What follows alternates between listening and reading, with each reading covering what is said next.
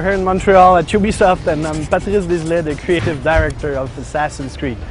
We're gonna go with the team and show you what we're doing.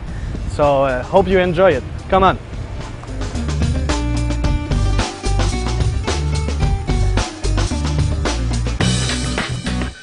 So guys, before we go and check out the team and what I do for a living, let's talk about the game I'm making with these guys called Assassin's Creed. The game Assassin's Creed will be out this fall. We've been working on it since 2004, so almost 4 years. It's been a while. The backstory of Assassin is an historical setting. We recreated the Holy Land, so Palestine, Israel, and that setting in 1191, which is the medieval time during the Third Crusade. And you play an assassin, Altair, who's part of that brotherhood of open-minded people, let's say. And you have tasks that your leader, Al-Mualim, asks you to do because you weren't a really good assassin and now you have to redeem yourself by killing 9 targets.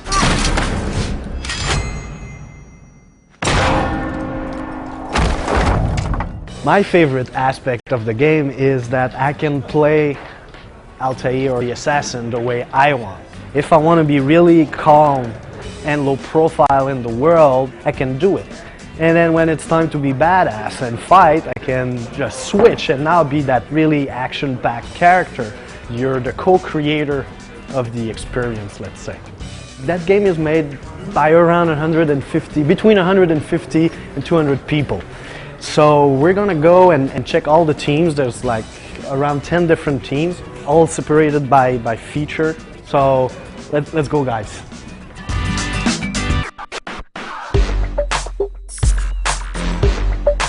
This is the Hollywood team. They're responsible for making the cinematic moments in the game. Right here you have the leader of the team, Fred. Hi guys. And you have Dan, the director of the camera and shots. Before each target there's like a presentation of the target and they're in charge of making those scenes.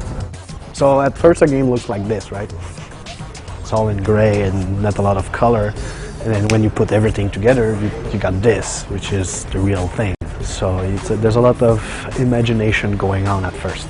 This is that. They're called cinematic moments or must-see cinematic. And you have control over your character, so you're watching a scene, but you're also playing it. The gameplay here is basically to be actor. Most of the time you're in the crowd looking at the scene and seeing who's the target and what he does. And after that you can like study him, and after that you can kill him by studying his movement, his behavior. Vous êtes aussi subtil que 2 éléphants dans une...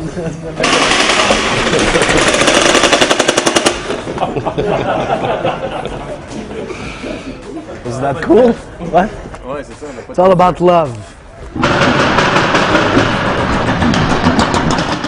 Okay, so now we just saw the Hollywood team. We're gonna go see the Kingdom team who are responsible for the Kingdom part, which is like traveling around cities, but also tutorials.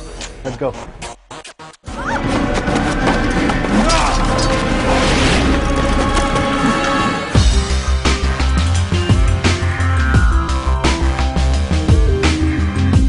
See, this is all the collision of a map. So, see, this is the graphic, and this is what the computer is really like processing.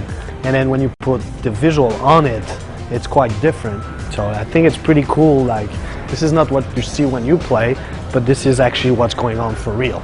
So Matt here is a level designer, and his job is to put all those points and make sure that it makes sense and it's in a linear fashion without being so linear. So it's not easy to do, but he's got great tools to do so.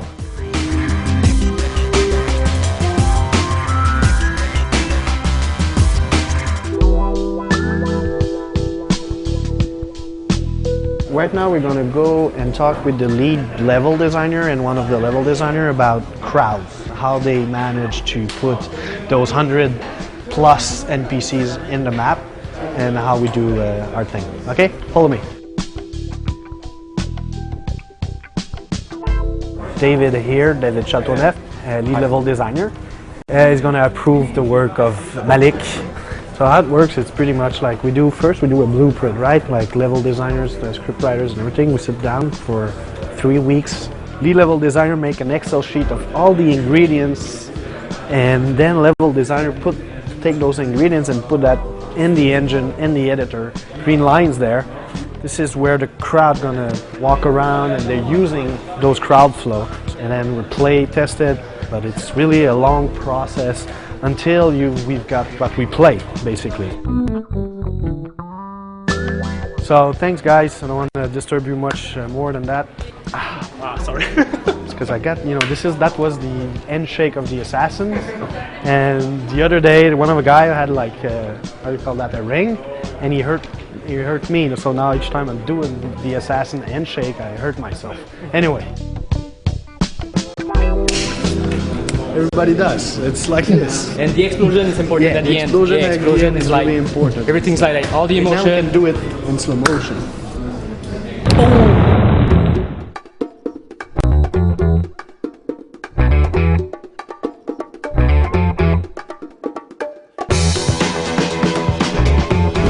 Let's talk about the main character and make sure that it's accessible and playable by everyone. And that's what we're talking about with Philippe Dion, who's the block designer for the City team. Everything is interactive, so you can jump on everything that you see, you can climb, and you have also a lot of gameplay on walls. The same thing with beams, with awnings, with architecture elements.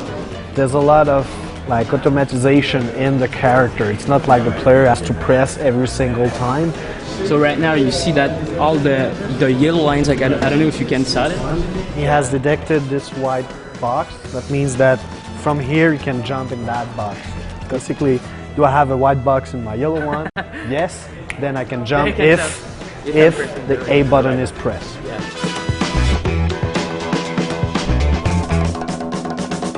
So now we're gonna go and see the same type of thing, but for the fight.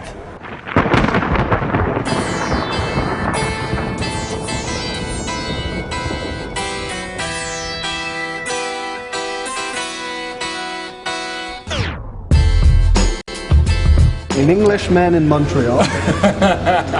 How do we choose to fight moves and sequence? Alex wanted everything to flow well together.